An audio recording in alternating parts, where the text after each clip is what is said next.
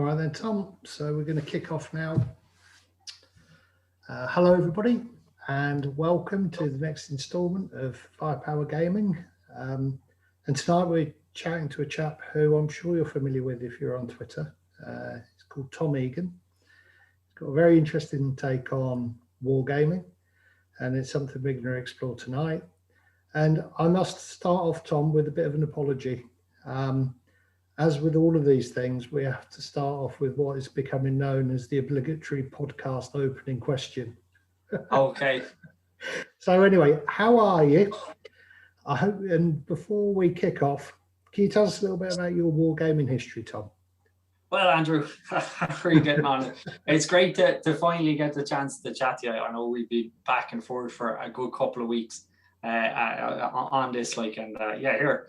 Good, all good, tipping along. Recently come home after a period of time away, so I'm currently readjusting and getting back into reappropriating the hobby room, which is really good, How did I get into? I suppose the Irish climate is that much warmer than what you've become used to, isn't it, Tom? That's all I'm going to say, Andrew, is it definitely is raining a lot more than it was where I was here. Anyway, it's definitely raining more. I think the last 2 weeks has definitely made up for my 6 months of drought, or at least lack of rain, but it's great to be back, and it's great to be, I suppose, getting back into the hobby room. I was living vicariously, I would suggest, through all of your posts, and there were so many of you like that. It was brilliant. The community was brilliant. There was so much interaction, and just seeing there's some people are like, there's so much amazing stuff that people are doing, to be able to follow along, and then to take inspiration from, even though I had to kind of bottle that inspiration up for a couple of months until I got back.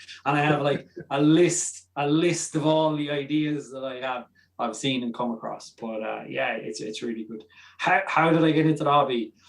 I think now, like most people, I'd say if you ask them that question, I'd say that they probably, the first part is, well, how long of a chat are you willing to have, But I think it's just the highlights, Tom. Yeah, the highlights. I think it's quite similar to a lot of people, really. I suppose my earliest introduction to it was growing up as a kid.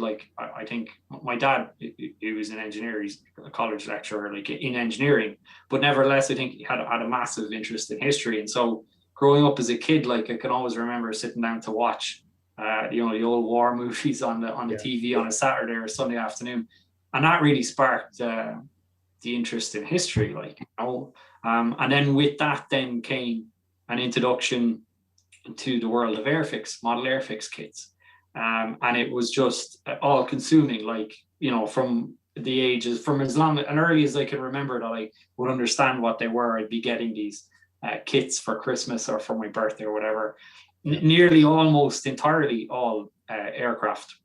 And for a long time, I will admit, Andrew, I did harbor aspirations being a pilot, I have to say, rather than a soldier. It's funny how things turn out.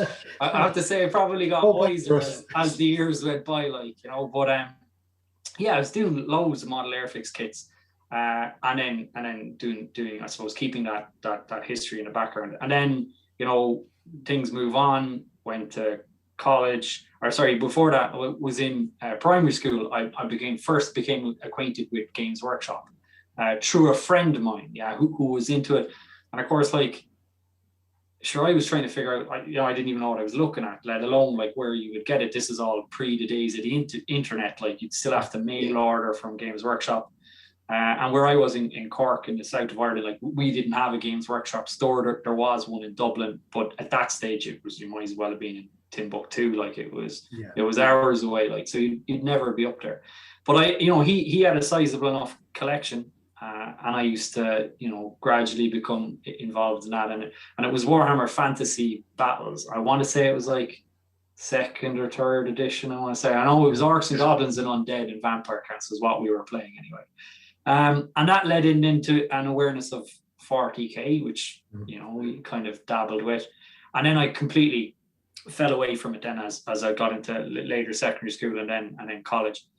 But post college, when I joined the army, and then there was the mate of mine, I want to say, and you have to laugh, but my army issued buddy, right? So the first day in the military college, you get issued everything, and you get aligned with an individual, so you get a buddy, and it turns out that whoever did the selection for pairing people in the army got it completely right. So we completely hit it off.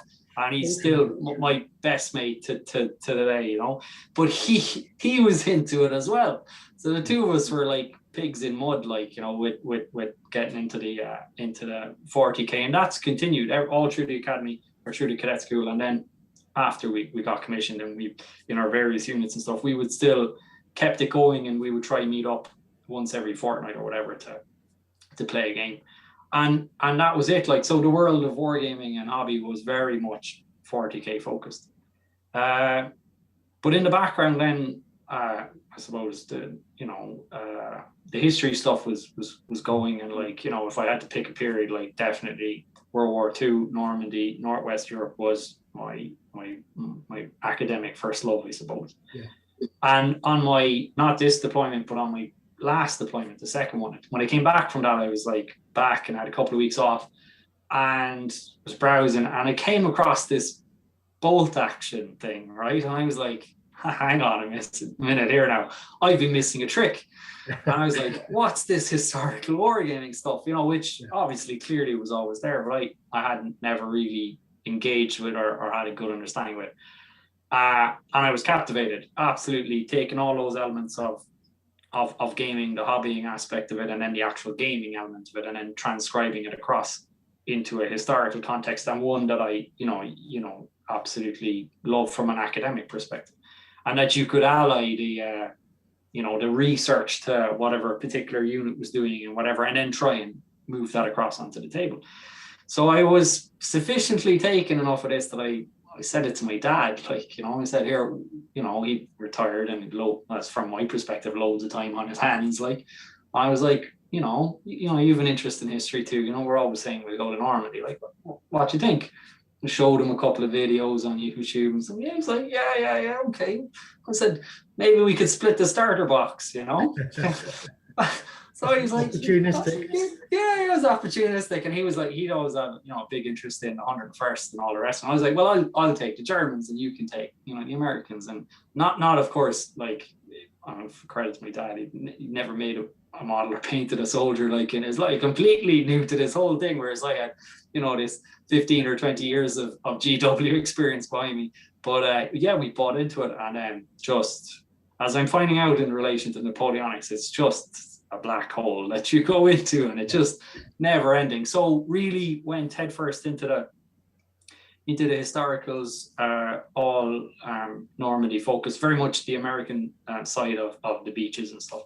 But then also it's rapidly grown to encompass Arnhem, the Ardennes, and then the Eastern Front, particularly the very northern part of it, so Prussia, late 1945, and then also Hungary, September, October, November, and then into 44 into 45. And that's been it. And then really, from certainly in the last 2 years, and largely with the assistance, I'm going to call it, rather than with the pressurizing or anything but definitely with the assistance, eyes wide open in terms of the broader games, via Twitter, and engaging with so many people, Ancients, Napoleonics, smaller scales, modern combat, it really has been eye-opening. So I suppose the arc is, that initial exposure to a hobby in terms of war game, in terms of airfix kits and stuff like that, and then you kind of bumble along, and then you as many people do, I think you get your initial exposure into the world of GW, which makes some fantastic games, and then as you kind of find your feet and you meet more people and you get more exposed to it, and you start following those tangents away, I got exposed to so many other games, and now at this stage I'm like, there's not enough time, and there's too many periods and too many games, Just wanted to ask you, Tom, what piqued your interest about Hungary? because Eastern Front is something that I'm particularly interested in, and obviously Siege of Budapest is fantastic from a wargaming perspective. But what drew you to Hungary particularly? Two things. There was the campaign supplement that came out from Warlord, which I thought was fantastic. I mean, the Eastern Front, is just. I mean, Normandy in comparison is quite piecemeal. You can. It's very accessible in terms of the various elements to it. Yeah, but I mean, the Eastern Front by comparison is just massive. I mean, it's so the scale of it is so vast. I just found that niche corner. I'm a big fan of smaller little corners of pieces, yeah.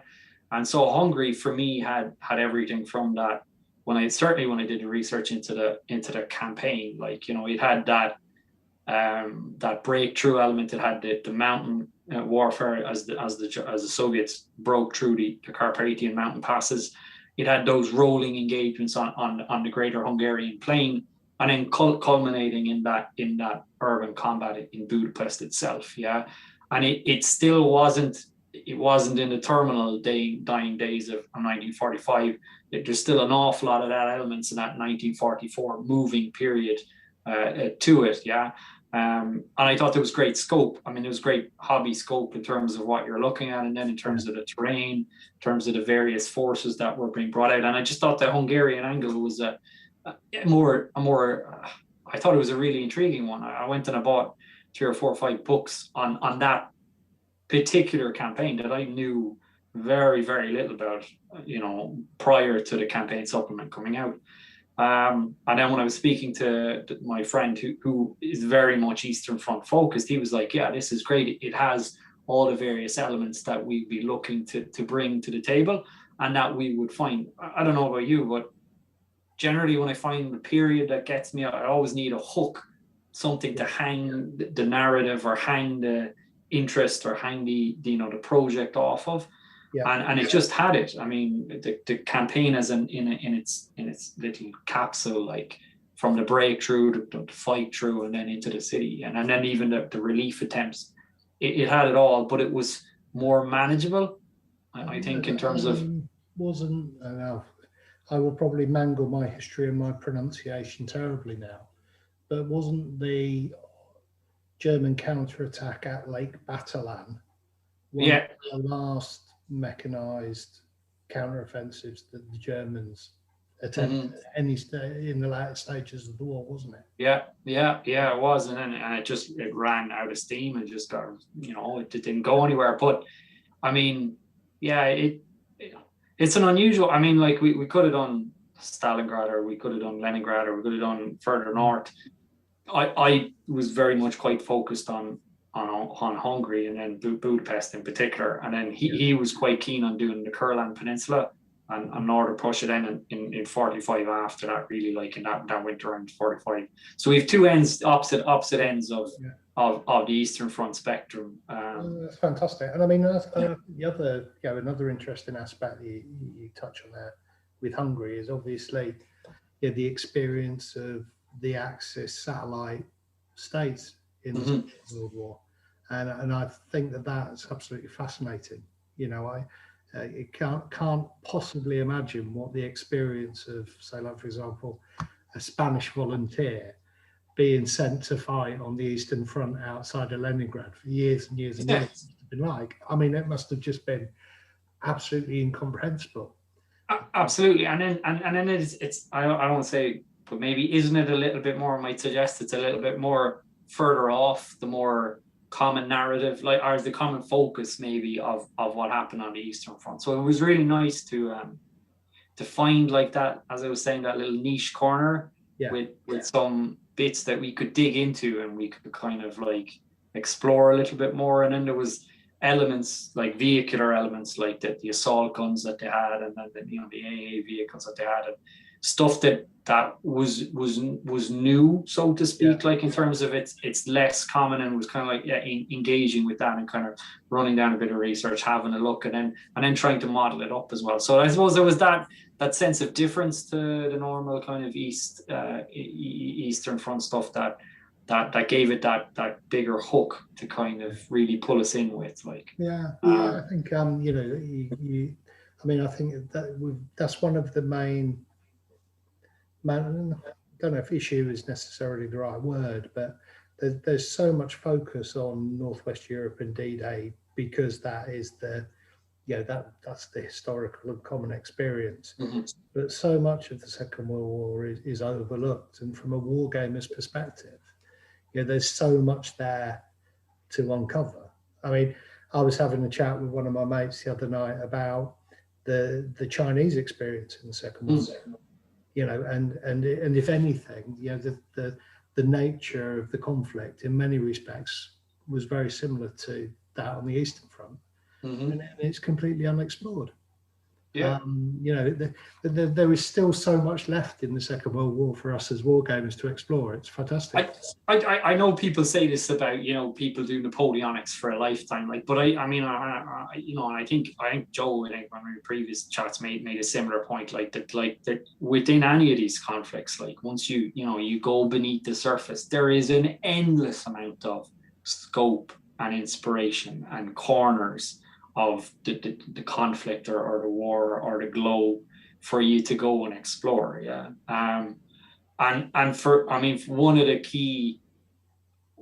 the most engaging things for me with the historical wargaming is that historical part of it. Now, I'm not saying we would go to the level of like counting the buttons and all the rest of it. Which is perfectly fine. The horses for courses. But for me, one of the core draws is being able to do some level of reading or research around what I'm attempting to not recreate but represent maybe on the battlefield is a better description of it, because I wouldn't say that I'm at a level or I'm good enough to really replicate it. Like I wouldn't have that time. But what we try to do is maybe represent what we were looking at, and I'm quite, when I'm looking at a project, I will really look for or take consciously sometimes, even maybe subconsciously sometimes, and then other times more consciously, an image or a paragraph from a book, and that really becomes my touchstone. That's where I keep coming back to with a project. Like, for instance, I have one book on Normandy, for instance, and it deals with the SS Panzer divisions in Normandy, and this particular one has a number of photographs relating to or of the reconnaissance battalion of the 17th SS Panzer Grenadier Division that counterattacked the Americans at the Bloody Gulch, right? And there's an image of a wrecked, burnt out SD KFZ 223, the armor car with the command variant with the aerials on it, and it's a super detailed black and white photograph, and that for me was like, is an image taken in a particular date and time of a unit with a particular type of vehicle. And then when I was doing that particular element, that reconnaissance element for that area, and the nexus point for my Normandy project will be very much in that square area where the 101st, the 6th Fallschirmjäger, and the 17th SS all interject together. They all meet together. And for me to find an element of photograph like that, that is one singular vehicle, fair enough, for the force. But I think it kind of wider in a more deeper way infiltrates it into that particular element of the project, and it gives me various bits to hang other elements of the project off. So that historical thing, and like as you were saying, it could be Chinese front, it could be the North Africa, it can be whatever it is. There's a lifetime of gaming to be had just from that conflict alone, let alone going to a different period. Or project, like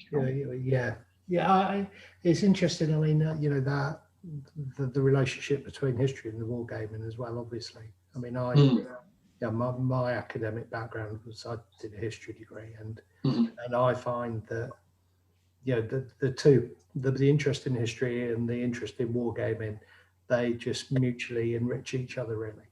Absolutely. And if I've got an interest in history or a specific historical period, to be able to wargame it just adds to your understanding and of the period itself, really, I think. Yeah, definitely. I think it, and then, I mean, if you take that initial engagement or interest in a period, or, I don't say a period, but a point in time and space that you have an interest in, and then to be able to take that and work through the hobby aspect of it in terms of, the creation of whatever, the miniatures at whatever scale, and then even then the wider terrain and table.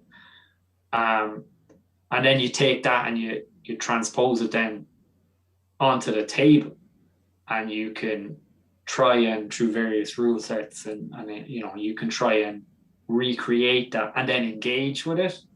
I think it's just brilliant. Like it's so, I won't say addictive. I mean, it is addictive. I won't say addictive, but it's so immersive. They call it plastic crack for a reason. Yeah, I mean, they do. It is. But I don't want to say whereby it has maybe negative connotations, but it is definitely immersive. And so engaging, which is brilliant. And it's like it never stops giving. There's who was saying yesterday, they were saying that a project never ends. It doesn't. It'll always spin off it with a different to a different angle, even slightly. With there's a new miniature that comes out, or there's a new model, or there's a new tank that comes out, and you're like, yeah, that could fit that in, and then that leads to something else, and off you go.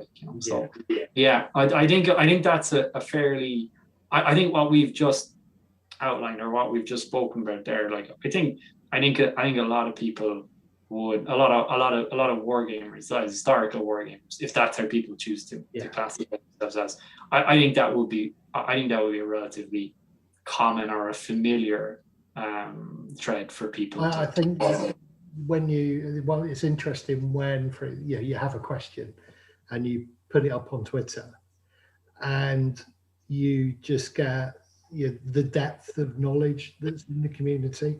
You can ask the most obscure question and somebody will come back and tell you exactly everything you need to know. And it doesn't seem to matter what type of facet of history or wargaming it is. Somebody will know it from front to back cover. It's brilliant. It never fails to astound me. Because there's obviously such a diverse. I mean, we have a common interest. Let's say in the broadest spectrum possible of wargaming, and then there's the historical scope of that. But everyone has such diverse interests within that sub-interest, within that broader scope, in terms of what you've just said, in terms of periods or places or forces, that the most obscure questions you can have in relation to whatever, and someone they're either going to know the answer to the question, or they're going to be able to point you to someone who knows the answer to the question, or probably where to find the information. It's the best of all possible worlds, and it is it's been great. That community, that corner of Twitter. I know the broader website gets a bit of flack, but our corner of it definitely has been nothing but helpful and engaging. And equally, I would say, Andrew, responsible for going down 5 other rabbit holes or 10 other rabbit holes of historical gaming, all of which is fantastic, but definitely encouragement in the strongest possible terms. You're absolutely right. As a bit of a hobby magpie, Twitter is both a boon and a curse. Definitely. So look, Tom, you've mentioned the fact that you are a soldier. Mm-hmm. So could you tell us a little bit about your day job? Yeah, so I'm a serving infantry captain in the Irish Defence Forces, and my current job, my current appointment, is as an instructor in our officer training wing in the infantry school, which is responsible for the instruction and the education of officers at junior officers, so effectively lieutenants and captains. And the core bit that we engage with, or I engage with in my job as a staff instructor, is on our land command and staff course, or what was formerly our junior command and staff course, which is a course that's designed to take captains and then train them in the staff processes, and then have them eligible to assist in them becoming eligible for promotion to major, and then filling those staff appointments at senior officer from major or commandant and above.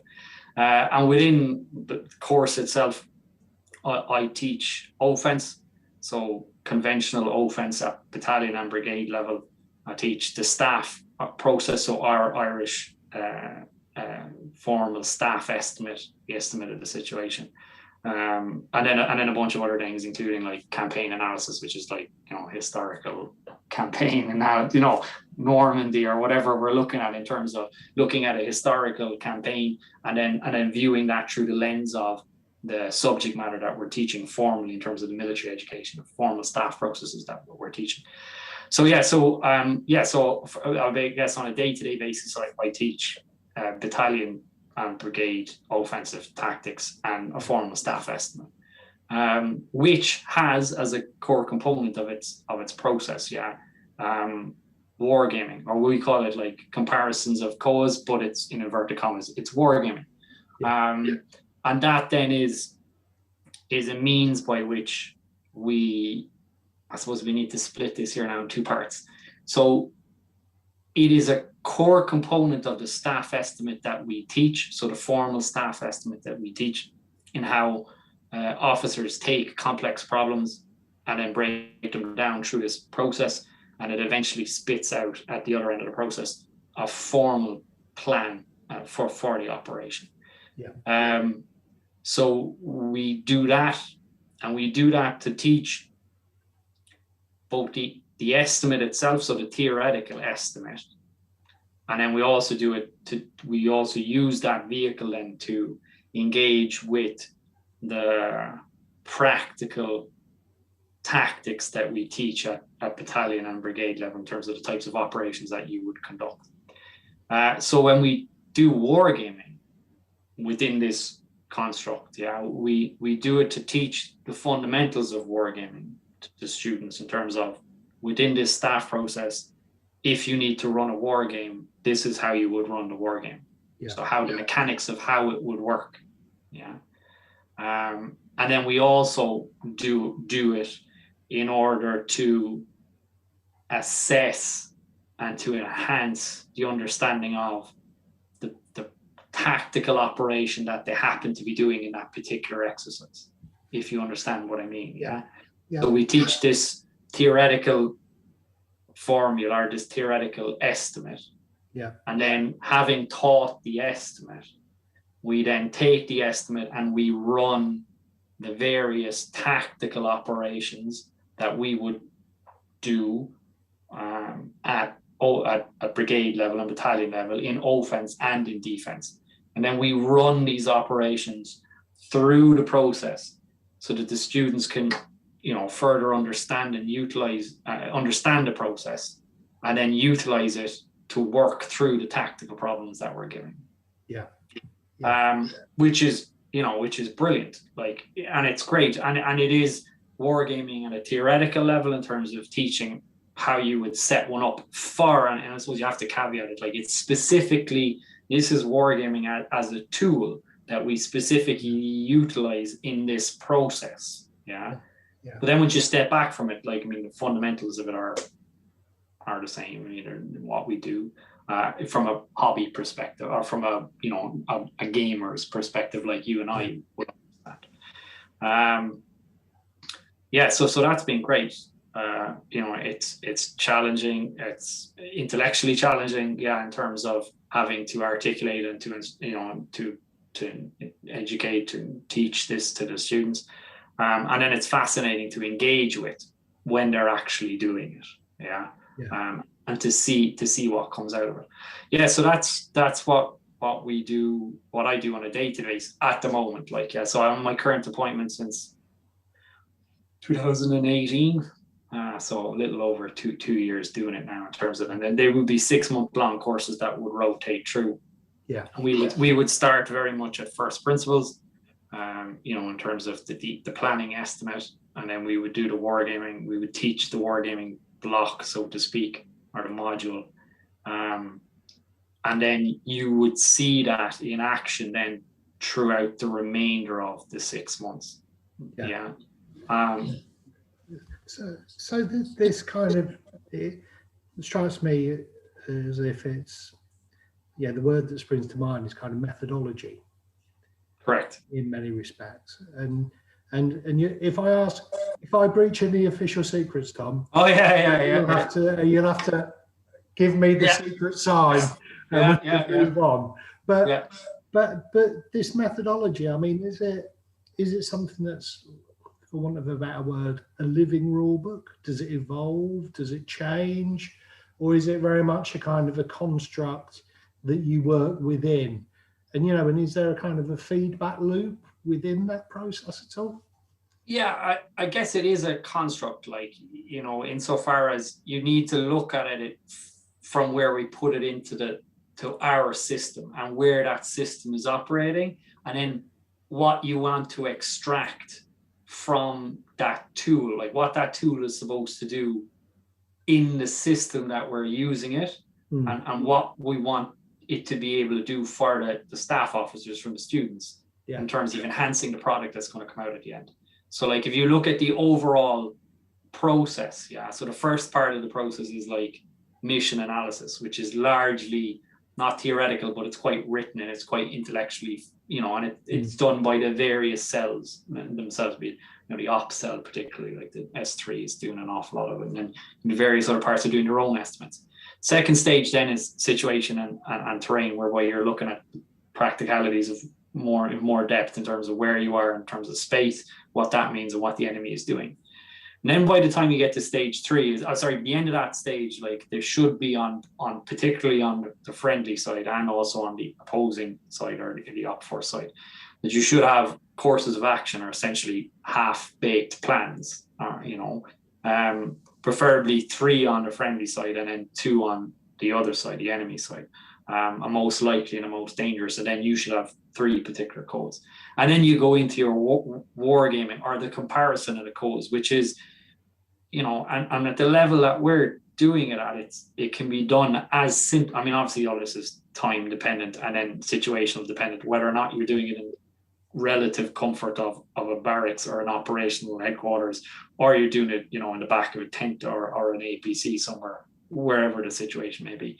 So we're really more focused at our level in terms of giving the students and the officers the tools to how to run a war game. And in this particular context, it can be as simple as a 1:50,000 scale map that's put down on the table. You put a sheet of acetate over it, and then around the table, at the head of the table, you have hopefully a very strong chief of staff who's the umpire effectively. He's the games manager. And then you have the ops officer on one side and the int officer on the other side. The ops officer will fight the friendly forces, and the int officer will play the part of controlling the enemy forces. Both of them will have hopefully quite a significant amount of staff work, written staff work, and understanding as to what they want to do from both of their perspectives, and then how they're going to achieve it, and then all of the supporting documentation around it in terms of in terms of a fire plan, in terms of movement timelines, phase lines, control measures, all of this type of stuff, what they want for both sides. And then they both sit down, and it's as simple as, having had all this work put up on the walls or whatever way we're going to lay it out, we're attacking. So the initiative lies with us. We've taken a particular segment or a particular phase of an operation, having selected 2 of the codes to war game against each other. And we started. I'm the ops officer. I'm going to move this company from here to there at this time. Happy enough. And this will be logged. And then, the opposing player will say, right, my counteraction, my reaction to that is this. And I'm going to engage you with X, Y, and Z from this and here. And then the counteraction from the friendly force will be, okay, well, when you do that, I'm going to do this. Yeah. And then that's a move, so to speak, or, you know, whatever way terminology we want to put on it. And then it's up to the, you know, there'll be a discussion, and then the chief of staff will make a decision, or may have to arbitrate on a decision to say, well, you did achieve that, or you didn't achieve that, or you can't do that because there's this, or he'll pose the question, have you got enough rounds of ammunition to do that? And we have various tack aids, not rules books, but you know, reference sheets that will outline to the round how many rounds we expect to be able to utilize to suppress X type of enemy in X type of terrain.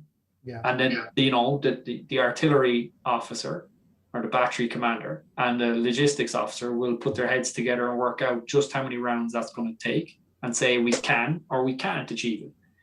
And then we'll look at that particular turn, and we'll say, was what we wanted to do achieved or not achieved?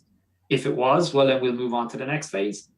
Yeah. Having noted whatever questions or whatever key focus points come out of it, or clarifications are required, or whatever amendments to timings or the plan might be required.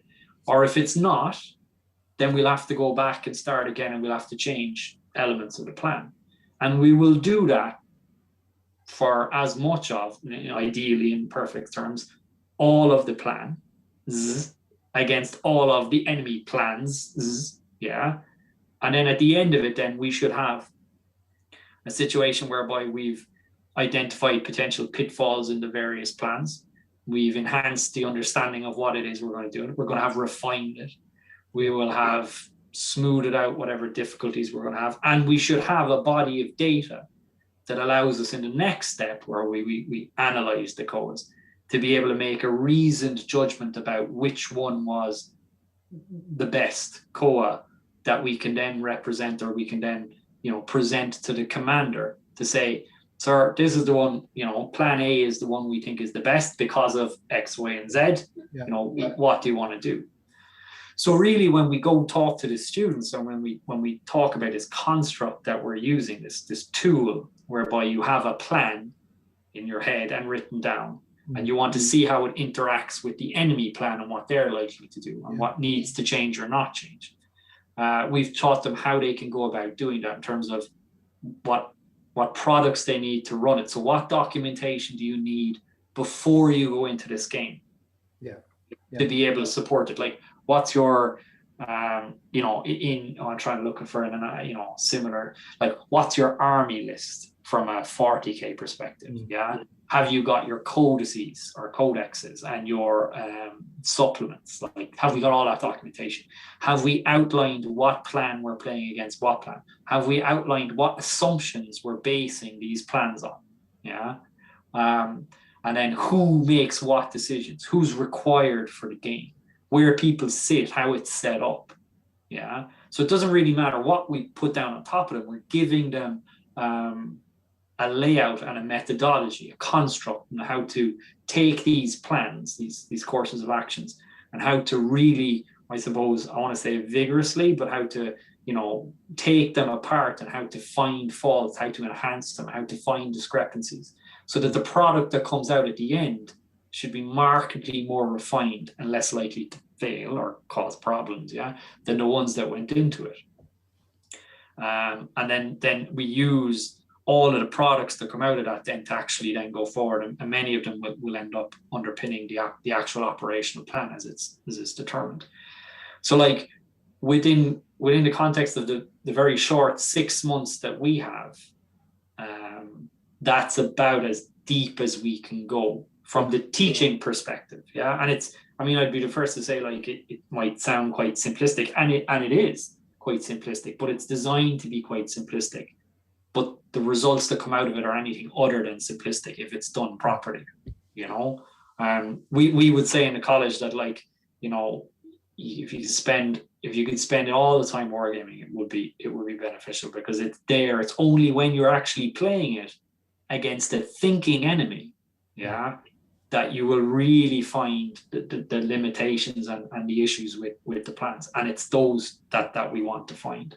So that's great. And then the other bonus to it then is that when we put people into the playing positions, so the ops officer and the enemy officer, it's there that they really, and they're actually playing against each other. And I use playing very loosely here, but they're engaging each other on the table. It's there that you really see people get to grips with an understanding of the capabilities and the limitations of the assets that they're playing with. Yeah. So for instance, we're doing an urban operation, and the friendly forces player has, for the purposes of whatever exercise we're doing, an attached troop of main battle tanks. And he decides he's going to send the tanks into the town. And very quickly, if the other player has his notes correct and his head screwed on, there's going to be problems, unless those tanks are adequately supported by infantry. And X, Y, and Z has also been done. And you can see that the tactical bit that we're teaching, in addition to this theoretical estimate, this staff estimate process, you can see that other stuff, that more in-depth tactical understanding, operational understanding of how to utilize various assets, how they work in sequence, what they can do for you, and many times what they can't do for you. You see that start to play out as they engage with each other on the game. Yeah. And that's equally beneficial. Yeah. It's interesting you described it as simplistic, because I kind of, on the one hand, I was kind of thinking about our conversation that we had prior to the call about virtual art and the experience of the umpire, and what you were describing was making me recall that conversation. But the thing that I found very interesting around one of the things I found very interesting about what you said was that the concentration on logistics. You know, do we have enough rounds of ammunition to achieve the desired effect? It strikes me as for a casual war gamer, a really, really high level of precision, and a highly technical point. Like, for example, the way you were describing the fire orders, and do we have enough ammunition to suppress that unit to achieve that desired effect? So I just want to kind of feedback that, from my perspective, I can see an awful lot of similarities around what you're describing to my experience when I war game. Yeah. But there's obviously a whole level of additional technical information that goes to support that game that I'm sure that the casual war gamer, for want of a better word, would find very, very, very difficult. I mean, it's fascinating. I mean, so you'll have the two principal staff officers, so the S2 and the S3, the ops and the int, will sit at the table, and then on either side that you're going to have all the other officers. So you're going to have personnel, you're going to have logs, you're going to have artillery. The battery commander is key. You're going to have the engineer officer. You're going to have, and then whoever has whatever other attached officers you may have, the subject matter experts. Yeah. Okay. And where you really start to see the penny drop in terms of the utility of the process is, the ops officer has got 50 things to consider. He's going, right, the start line, the line of departure is here. First enemy position is there. We're going to leave here at such a time, and we're going to get there at such a time. It's very easy to say that. Yeah. Then the enemy commander is going to say, well, I'm going to engage you with this, that, and the other thing, and that's it. And I was like, well, what's going to happen? Well, the umpire, or the first question should be like, okay, well, I'm going to suppress you. Okay, great. So the next question that I'd have is, well, how far is it from the line of departure to the first enemy position? It's a kilometer. Okay. Why is it a kilometer? Because they have X, guns that will target our APC, so we have to dismount here. Fair enough. So we're going to walk then effectively from here to there.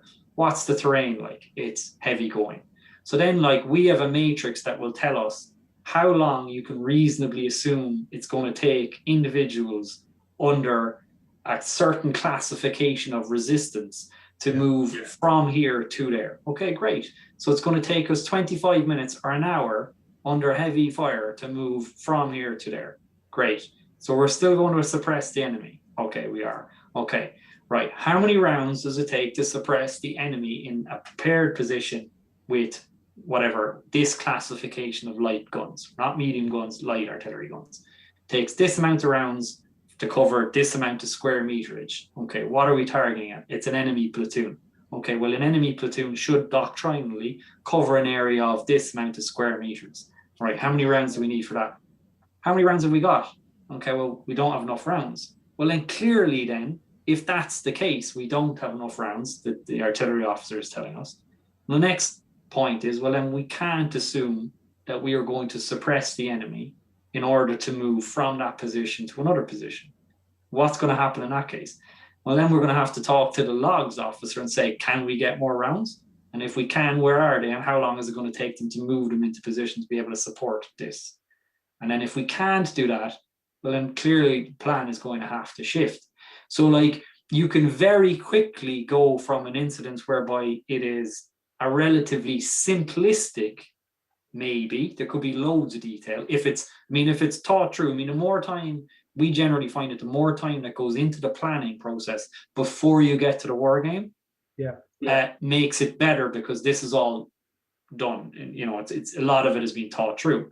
But effectively, what you're doing is you're going into it, and it can be a broad enough statement of what you're going to do in terms of move, reaction, counter reaction, to very quickly going down a rabbit hole of, and this is where maybe where the professional part of it starts to come in, that going, right, how many rounds do we need? Where are the rounds? How long is it going to get us the rounds? Where are the rounds? How far? How many roads? What roads have we got? Can we actually move these vehicles up that road? How long is that going to take?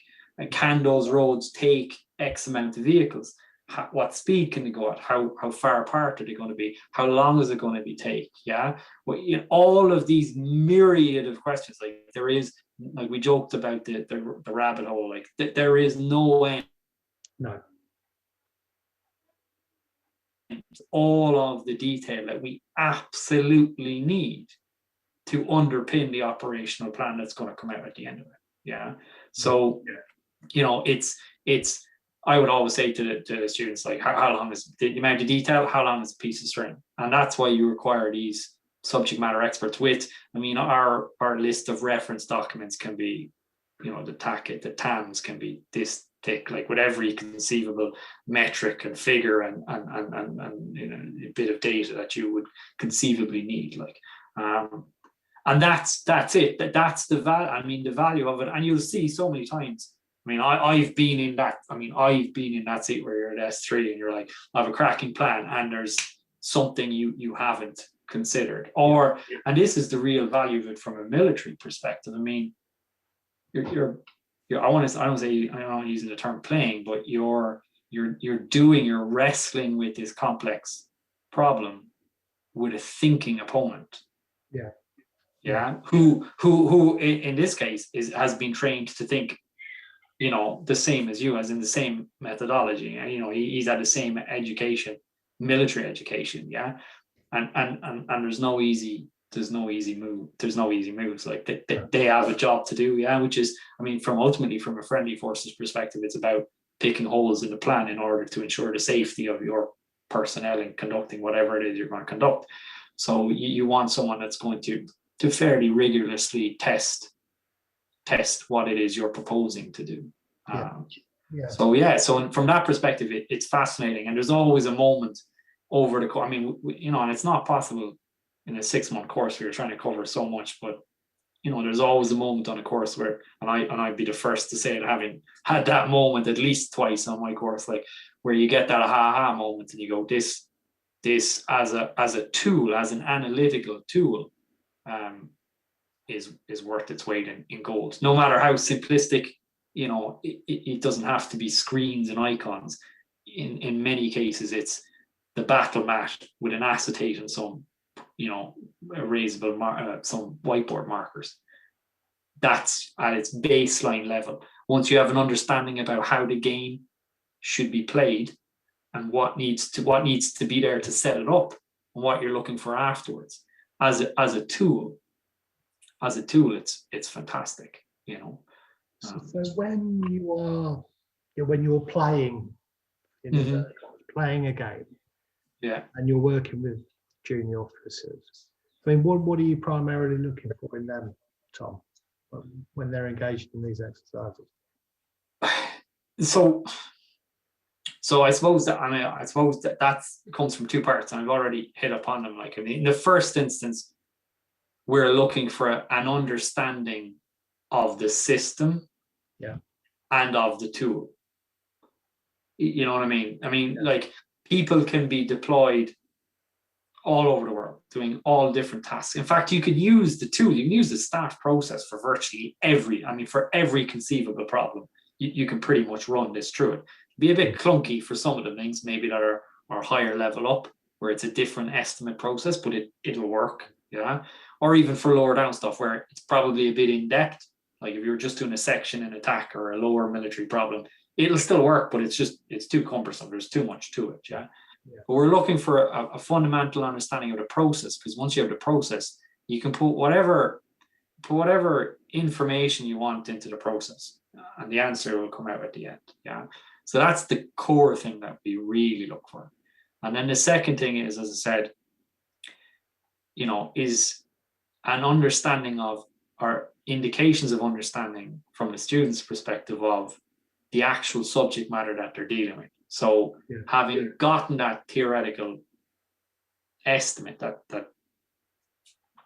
process that they're working with, that they then, when we put it into the context of, we're now conducting a battalion level phibio operation or a battalion level obstacle crossing operation, which is a fairly multifaceted, complex beast at the best of times. Yeah, that when they're doing this process and they get to the live play area of the COA analysis and things start moving around them, as in the enemy are moving around them in terms of what the other player is doing, yeah, that they actually understand how the various components of the problem that you're trying to solve and the manner in which they're going to solve it, that those bits work together. Yeah.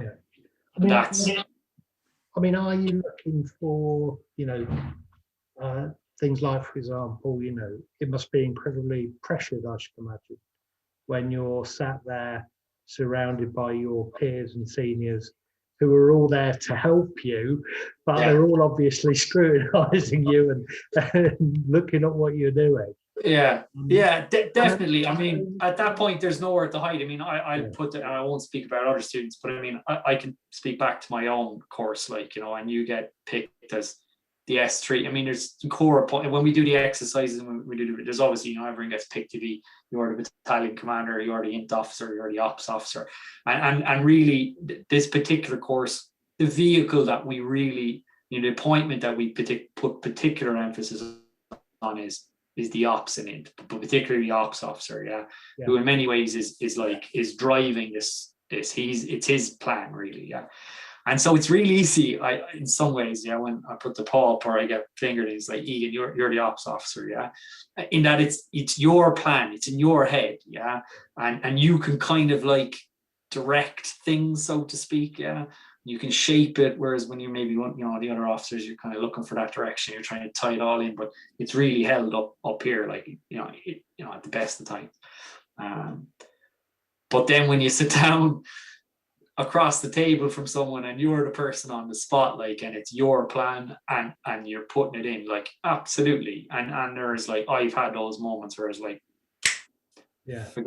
forgot that, and it's how the individuals then respond to that, and it's that learning curve. I mean, speaking for myself, my own philosophy will always be like, the burnt hand teaches best. Not necessarily the burnt hand when people's lives are at stake, there's a time and place for that, you have to get it right. But one of the beauties of this and the staff world and teaching environment is that, like, generally speaking, if someone, or if I make a hames of it, make a mess of it, I'll know I've made a mess of it before any of the instructors will tell me I've made a mess of it, And me understanding that I've made a mistake, and then why I made the mistake, is worth any amount of instruction, yeah, or direction from the DS. Like, I would always ask, I'm not necessarily pushed what they did, but I would always ask, my first question would always be like, tell me what you did, and then tell me why you did that. Tell me what was your thought process in terms of the decision cycle that you went through, and then did that make sense? So yeah, I mean, it is a largely, classroom written focused course in the way ours is structured. But there are a large number of practical exercises in terms of classes working or syndicates, groups working together as command staff. And yeah, absolutely, you're looking for various parts at that stage, and it's a fantastic teaching tool, educational tool to use, that live classroom-based syndicate exercise, be it a command post exercise whereby you're actually running that and you're engaging with them via whatever medium in terms of sending them injects that are altering their decision-making cycle and their information as they're going through it, or it's start to finish and you're just doing it in isolation once you've given them that scenario. So I mean, you would have done the games at Virtual Art. You may have gotten an advanced sheet before the game that sets out the scenario. And then, that might have come a couple of days beforehand that sets out the general scenario and narrative in terms of the broader brushstrokes. And then you may get a more specific narrative. This is the time and place. This is the forces that are available to you. Immediately before we press play and we cross the start line and we start the game, this is the situation. Yeah. And then what they have all the information that they need, and then off into the process that they go.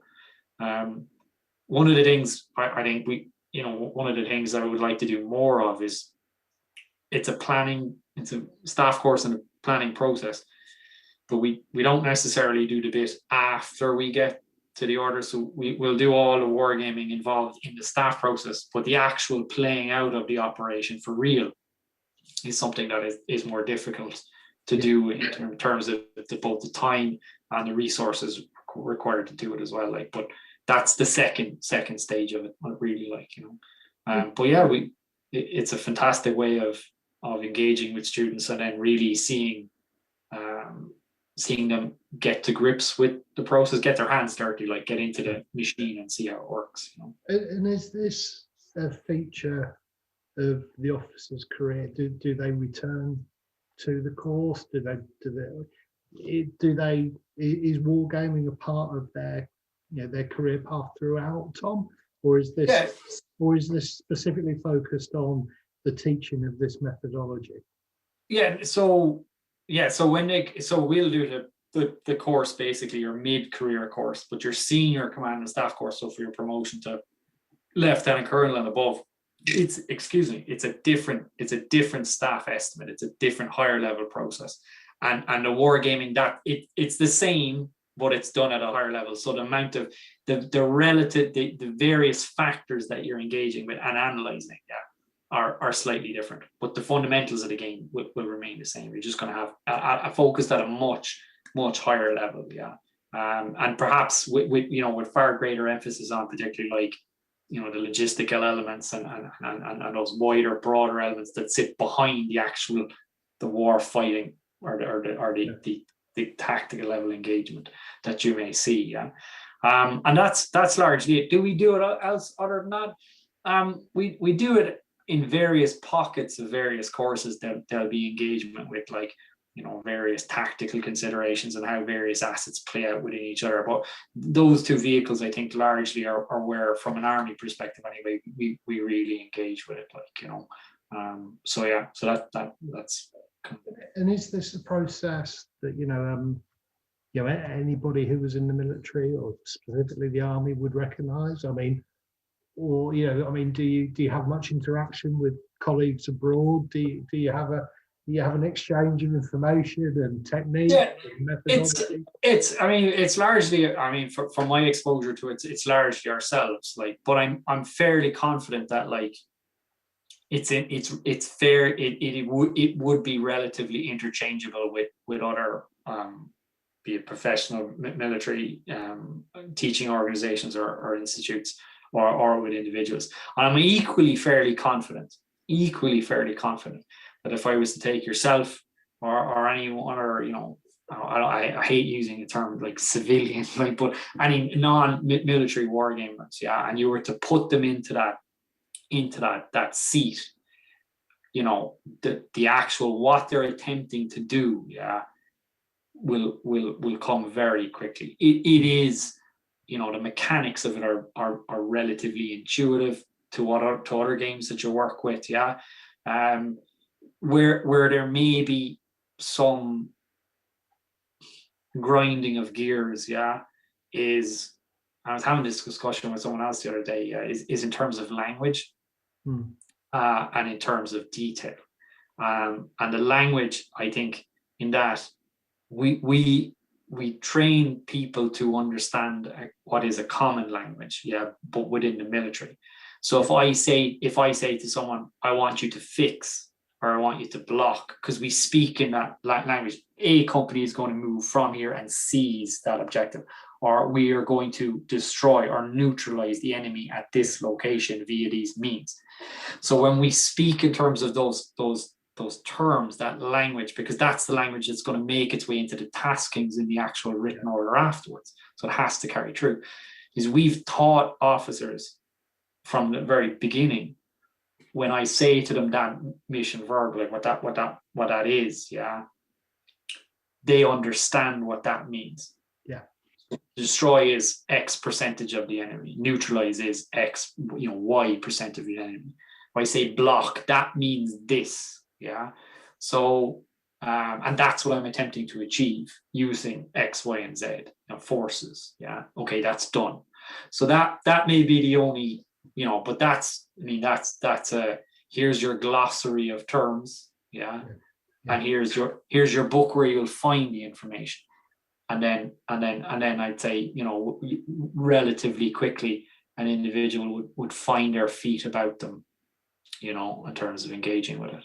It's interesting as a non-military person that around that point, around the use of language, that you're within this kind of construct, the notionally call a game.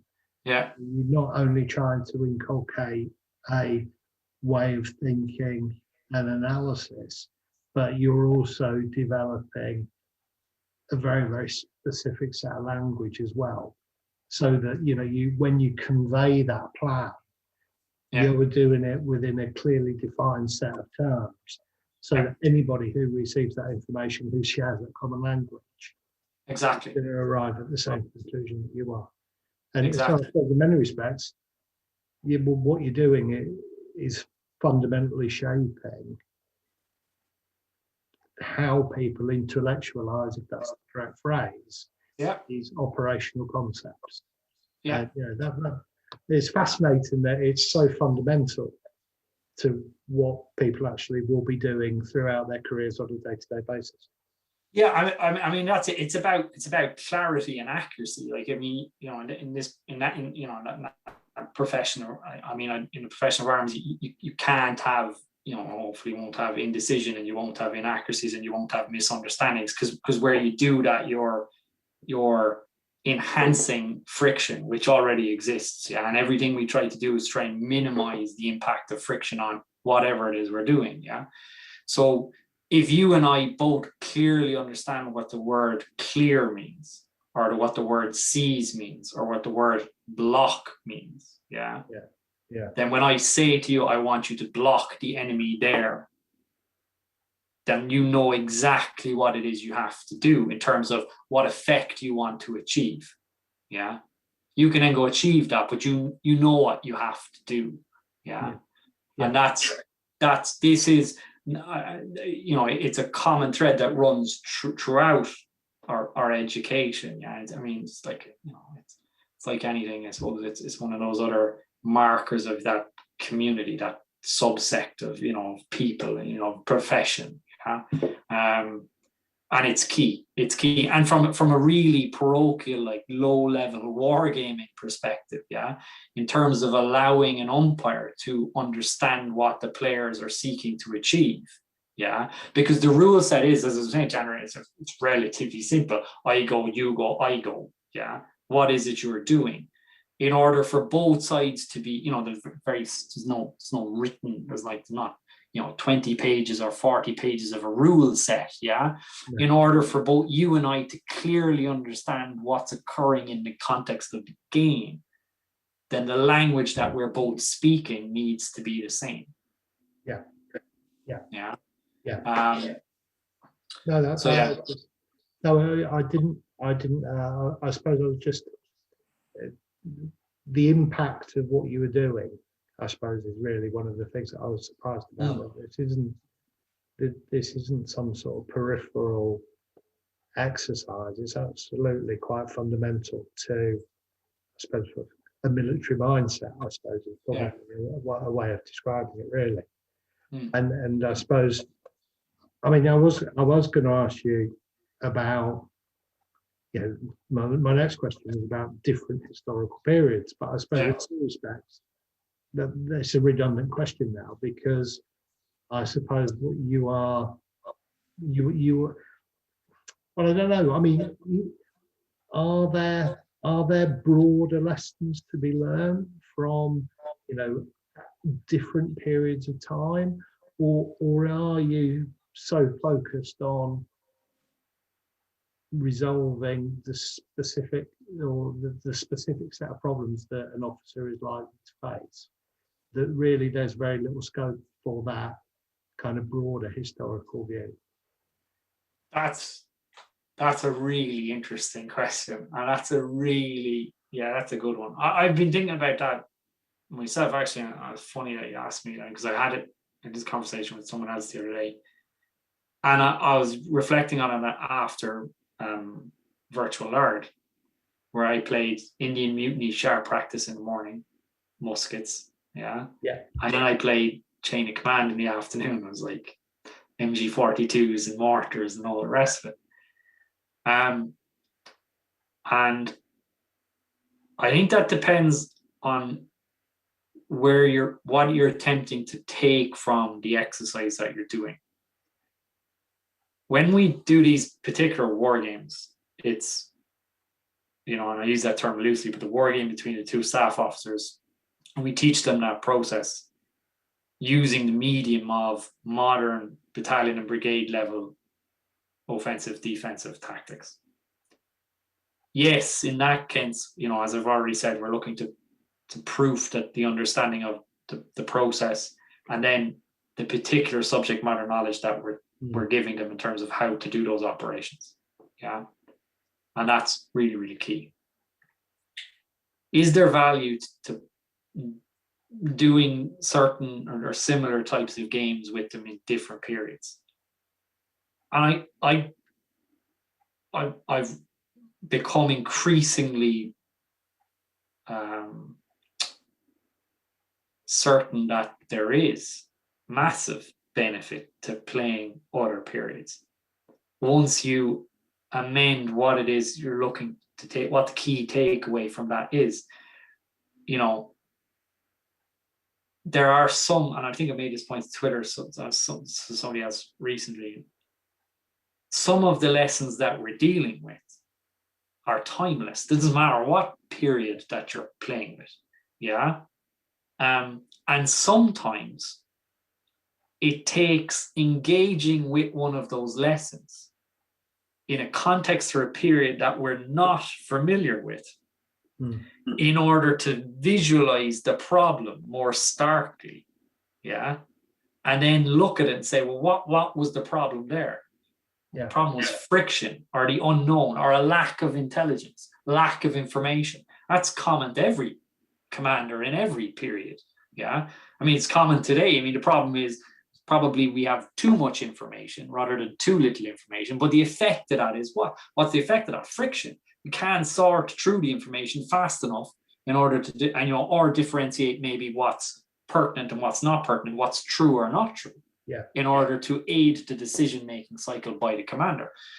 How is that different to Austrian or Prussian brigade major in whatever period, who can't see their trees, or the troops from the trees because of the clouds of smoke billowing over the battlefield and a lack of control and information from writers from, all over the place. It's the same problem. Yeah. Now, if you were to give that problem to students and they're not familiar to it, and then have the discussion afterwards and say, well, why did X work or not work? There's a lack of information. Go, well, how does that, is that similar? Is that similar? Pose the question. Is that similar today? Well, it is or it isn't. Why is or is it not? Yeah. And I think there is massive value to be had from that. Yeah. From a subject matter perspective. Yeah. And then equally, you're getting them to engage. Like, I mean, I think we say that there's, I think broadly speaking, militaries would say there's 3 core benefits to like wargaming. Yeah. And they would be like educational, experiential, and analytical. And the first 2 are player focused. So you're educating them in terms of whatever period or subject you're playing. Yeah. And then experiential in terms of they're becoming more experienced at utilizing the bits that they've just learned about, and they're experiencing that 2-dimensional thinking opponent analytical game, or that not analytical, but that experience that they're engaged in. And then finally, there's the analysis, which is, well, what was the answer to the end of the game? Yeah, and then if you get a good enough game with enough data at the end of it, you can analyze the findings of the game. Yeah. But from an educational perspective, like, I would find it very hard to believe that you couldn't take away massive benefit from the first 2 elements for an individual, officer or otherwise, from playing different periods. We've talked, we've talked before at the start of the video about the Second World War in particular, and the thing that the kind of has resonated with me and my reading of the Second World War is also just how many commanders in that conflict were also, historians and understood me. Maybe they were trying to understand their place in history and fulfill their sense of destiny. We don't know, but I'm thinking of particularly people like Patton, who was incredibly well read. Yeah. In the ancients and the classics.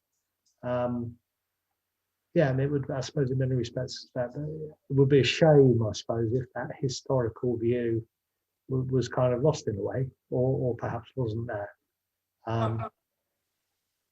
Absolutely, like I totally agree with you. Like I know. Look, caveat, like, I was trained as a historian, and that's what my degree is in. Like, so I'm a historian and I'm a wargamer. Like, I'm ticking all the biases here. Like, but I would firmly be in the camp, and this is, and I'll also put the hand up here, Andrew, and say, like, last weekend or 2 weekends or whenever the virtual art was, that was my first game of horse and musket, like,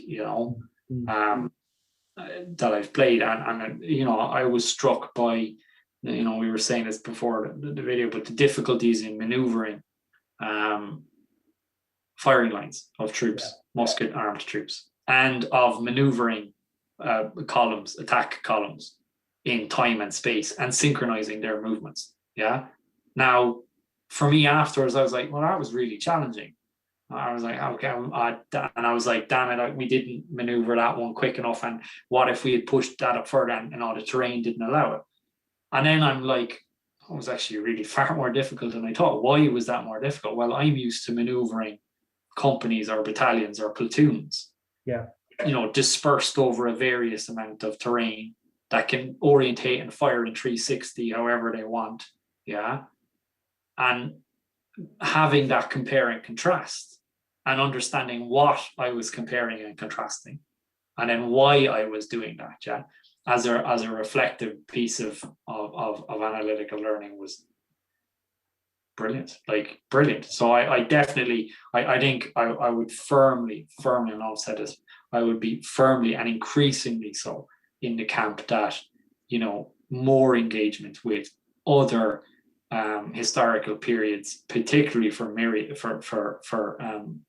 militaries, is key. And I know there'll be those that will say, like, and this is all me now, it's all Tom's opinion, But I know there'll be people that are saying, oh, we should, need to be future thinking and, clear blue skies and all this type of crack. Great. There's a time and a place for that, absolutely. But it's not at the cost of ditching engagement with where we've come from.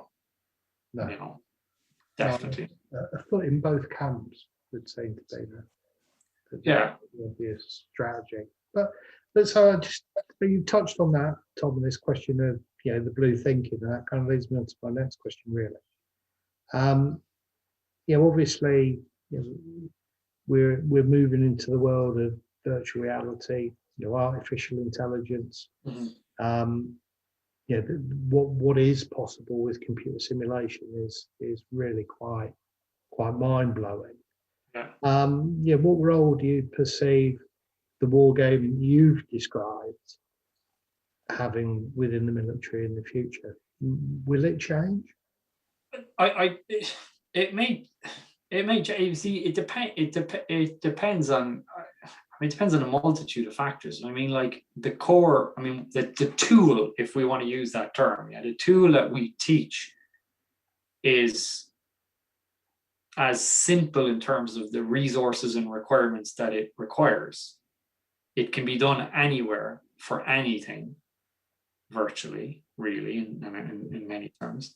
Yeah. So it's of benefit to all of us at all times and in all circumstances, without the encumbrance of having to have, massive computers and simulations and all the rest of it. So I don't necessarily see that tool as we teach it going away. Yeah, I would firmly be of the belief that we, that is something that's, I won't say timeless, but it is fundamental, like in terms of its utility and its simplicity.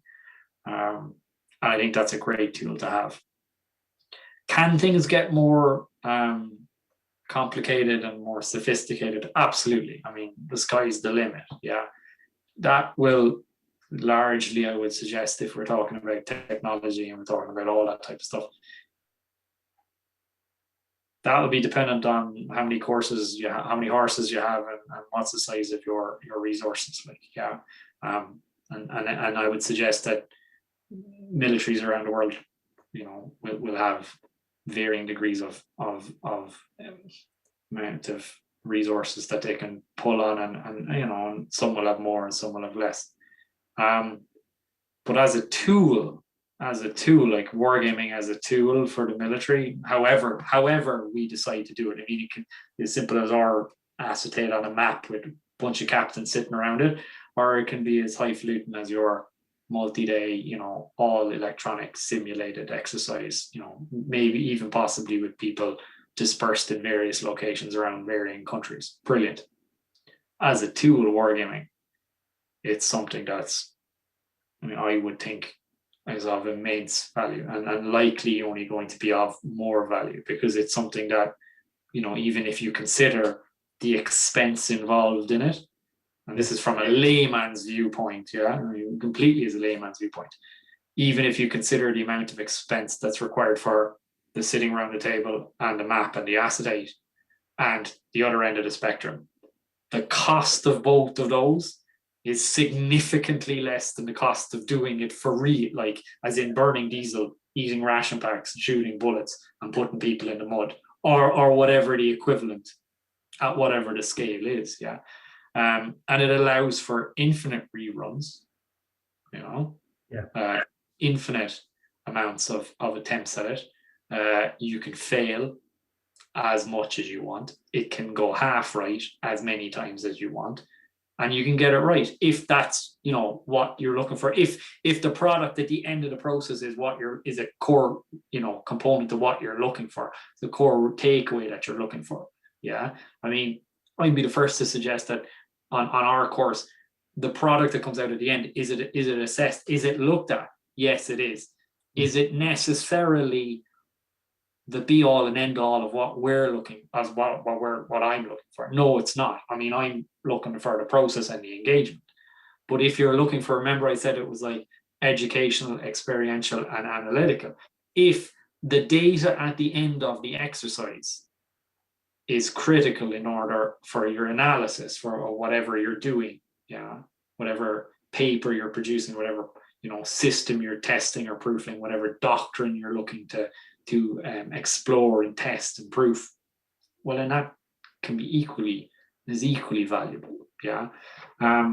So as a tool for professionals, I think it's superb, because you literally, and this is what makes some of my games so frustrating and so good, yeah, is you can't, I mean, you get this with everyone, you get this with absolutely everyone, a good opponent, right?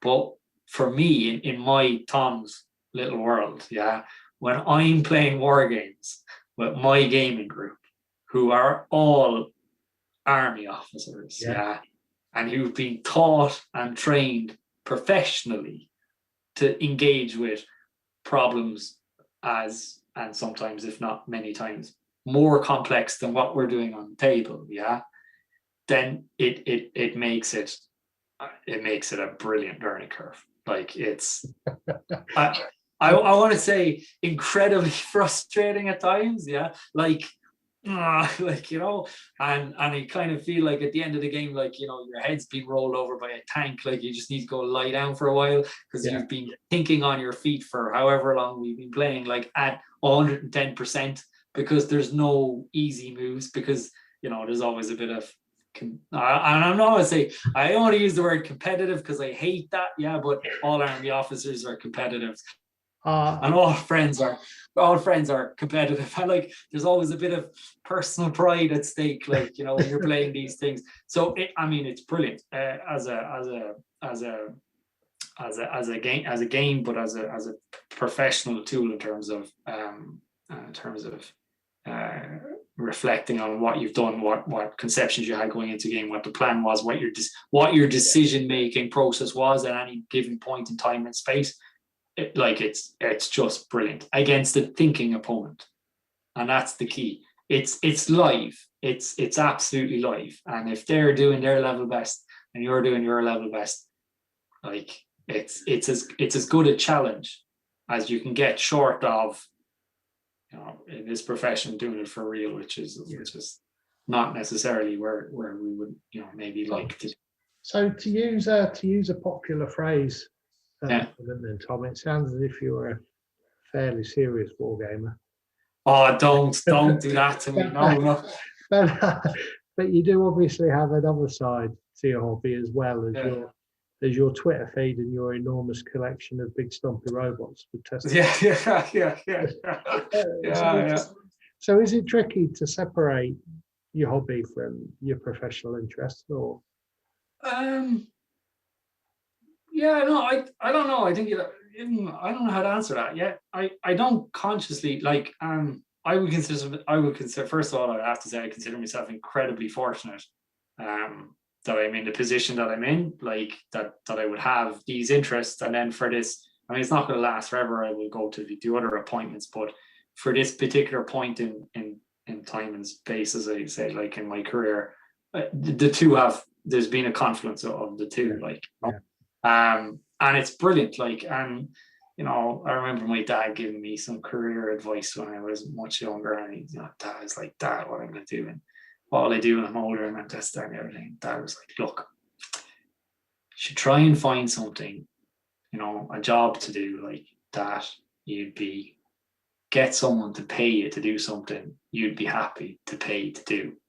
I'd be like, that's really sound advice. And I was like, I'm fortunate enough that in my spare time that I get to engage with this, be it historically or at a gaming level. And I'm in a position whereby on a professional level at this point in my career that I'm engaging professionally with many of the same challenges and systems and things that I deal with. Like, you know, and I can bring stuff from this civilian, my personal hobby, in terms of what works and what doesn't work, and then I can bring that in and I can reflect on it, and then equally I can pull stuff out of that and I can reflect on it and bring it into my civilian gaming. Which and is there a crossover? Absolutely, there's a crossover, and I have to say largely it's taking elements that we would do work-wise and trying to bring them into into enhance the games that I both play and that I've created for people, for the gaming group or for whatever, like, you know. So yeah, look, usually, I mean, massively fortunate that the two have come together. Like, and I mean, I'll be first to put the paw up and say, like, didn't plan it, Andrew. Like, it wasn't the plan. Like, you know, like I did military history, and you did military history in college, like, and then I did a master's degree in war studies in King's College in London. So I was like, with the obvious intention of hopefully going into the army. But when I was doing that in King's, you know, the way you do like the war studies module, and then I did a module on peacekeeping, which I thought would be fantastic, both from a, you know, subject matter perspective, and hopefully have benefited my future career. At the time, I was not joining the army.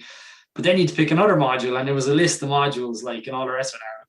And there was a module on conflict simulation or wargaming, and I was like, well, I'm in London for a year and doing a master's degree and doing modules to hopefully support my future career. I'll, you know, for a bit of crack, I'll do the module on conflict simulation and wargaming.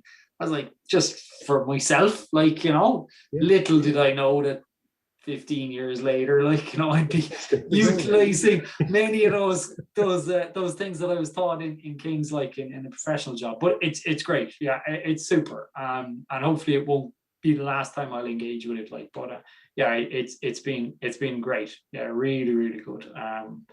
But is it difficult? I'd have to say, to be honest with you, to answer that question, and I don't know what this means, but I don't consciously consider the two separate. Yeah. I mean, I can understand that. Which is I suppose there are enough similar principles that carry over between the two that, yes, it's not necessarily that easy to completely separate them. I mean, one of the questions I did want to ask you about, and I think it's particularly interesting given that you've described, you know, the mechanism and the process that's involved in the day job. But from a personal perspective, you know, what type of level do you prefer to war game at personally? You know, is it tactical, operational, strategic? And if, you know, you've got a clear favourite, and I suspect I know what that might be, you know, would you have an inclination perhaps to look at some of those higher level games and to see what they might offer? Yeah. So, like, that's a good question as well. I think only in the last year or so, well, I'll answer the question this way, right? So we started with bolt action, right, with my dad, and then I kind of imported it into the group, so to speak. And that started at platoon level, and this is 28 mil, Andrew, guys, 28 mil. And very, very, very rapidly did that become company plus level at 28 mil, which is madness. Like, it's glorious. Like, it looks glorious. It's 6 foot by whatever. Like, I get to this point. We were playing 6x4 at platoon level, and we played the first game with my mate, Chad, my army buddy, and we were sitting down afterwards having a drink, and you know what we both said? Didn't have enough maneuver room. It just felt so constrained, right? And then we were like, well, how are we going to do this? And I was like, well, there's two options. Like, and change scale, which really we didn't have too much of an understanding of, and having just invested, I was like, right, table's got to get bigger. So I measured the kitchen, and the kitchen will take 6x8 comfortably. Yeah. And it'll maybe take 6x12, but I was pushing it at that time. So we just literally said, right. I'm very happy with the idea. Well, in fairness, she has infinite amount. I mean, she has close to an infinite amount of patience. Yeah. And I've done very, very well. So I would be erring on the side of caution before going to 6x12. But fortunately, we can source alternative locations with big drill halls to suit tables of any particular size. So anyway, right, we went for platoon, and very quickly we found our level, really kind of trying to push at company plus level, where we felt we had enough assets that we were kind of getting to grips with. And I think that probably is where, so I'm saying, and even then that's a bit I was a bit small. Like, so my preferred level would be somewhere between company and battalion plus, if I could manage it.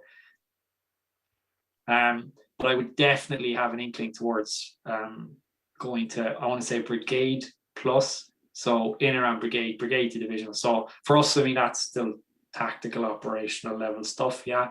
But I think for that now, you'd really need to shift gears down and come down in scales, and that necessitates, like, for at least from my perspective, you know, if you're going to do a property, you're looking at a whole new terrain table and a whole rest of it. And I'm not in a position to commit to that.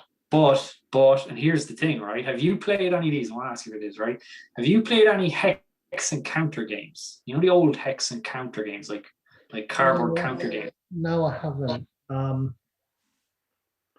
I don't necessarily feel as if I've missed out on much. Maybe this might be very, very work related, like, but I think there's some really good ones where you can play really good, like, operational strategic level hex and counter games, and I would like to give those a go. I haven't necessarily played any of those, but I would like to play those, definitely. And I would really, really like to play at brigade division level, even corps level, with Napoleonics. It's interesting you mentioned that. I mean, one of the rule sets that I really like is Blucher by Scharnhorst. Okay. And because it is very much brigade divisional level and above Napoleonic Wargaming. Okay. And there's a really interesting kind of pre-game game called Scharnhorst, whereby you have a, I suppose, how would be the best way to describe it? You have a large area map where you're moving things like divisions around on this hex, and your opponent's doing likewise. Yeah. You play completely independently of each other, but where your units then meet, right, that then becomes the battle. And so what they say is, well, then you look at a number of squares, and that then translates to the table that you would play on. Okay. And dependent on where your forces are, it would depend how the battle would evolve. So say, for example, you have a division in an adjacent square that's not on the table. Right. They could potentially arrive as a reserve at some point later in the game. Okay. And it's a really, really interesting sort of crossover between that strategic and that operational level game as well. And as I say, you probably wouldn't, you'd need to be a very, very patient man to do it in 28 minutes. Yeah. But it's a really interesting game to have a look at, Tom. I think regardless of what period I'm playing, so be it, like, was it the sharp practice stuff, or certainly in World War II stuff, one of the things when I'm playing on the table I find most interesting is the interaction of various assets. So be it, you know, in simplistic terms, infantry and cavalry or artillery, or, you know, at battalion level, it can be, you know, artillery, mortars, snipers, direct fire machine gun systems, tanks, armor, recce. I think the interaction of all of those is for me is one of the key draws. Yeah, you know, or be it like at ancients level, you know, varying types of troops. Yeah, whatever it is. Yeah. So I think definitely whatever level I'm at, I would like there to be some interaction in that sense. Yeah. And I think you can handle that fairly well up as far as brigade, under divisional level, because at that stage things become a bit more highfalutin. So definitely that for me is kind of the area that I want to be in. Not necessarily at platoon level, like I can do that, need to be a bit bigger than that, but definitely below divisional level is where I definitely kind of find myself.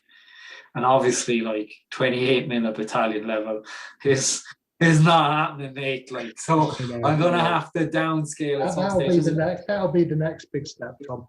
Yeah. You'll end up with the Second World War collection in 6, 10, 15, and 28mm if you're not careful. Yeah, well, once you've done one, you have to do them all, right? Don't say yes. Don't say yes. Well, you know, if you're going to do these things properly. Yeah. No, this is true. Well, look, Tom, thank you hugely for tonight. You know, Okay. I'm conscious of time because it's ticking on now, but it's been a fantastic chat, and it's been really lovely. Brilliant. So if you're on the Lardy channel or the VL4 channel on Discord at any point, have to hook up. Normally on there on Wednesday night, drinking beer and talking rubbish. So Brilliant. yeah, Brilliant. it'd be lovely to see you again.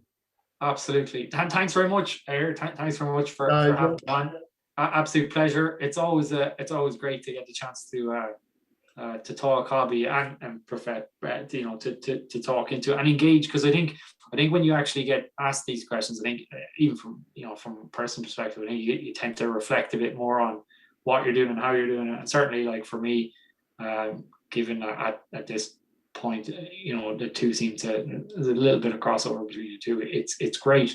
And it's been great to engage with you on it, and then to bring some of the elements of it to other games. And hopefully, you know, now that we're up and running on the virtual gaming, I firmly plan to run a couple of games and get a couple of the community involved and put my own twist on them, like, so to get you to come in and hopefully see some of the dynamics that we think we engage with and how we'd like to import them into the system. And then maybe to get to wrestle with the mechanics of how we're gonna do that as well. So that'd be really great. But thanks very much, Andrew. It's a pleasure, and I hope you and I hope others have found it. Thanks, Tom. Interesting. I would very much like to take you up on that as well. Brilliant. That sounds fascinating. But look, you take care, Tom. And Super. just say thank you all, everybody, for tuning in to Firepower Gaming tonight. I think you'll all agree. It's been a really interesting chat tonight, and look forward to speaking to you all soon. Take care.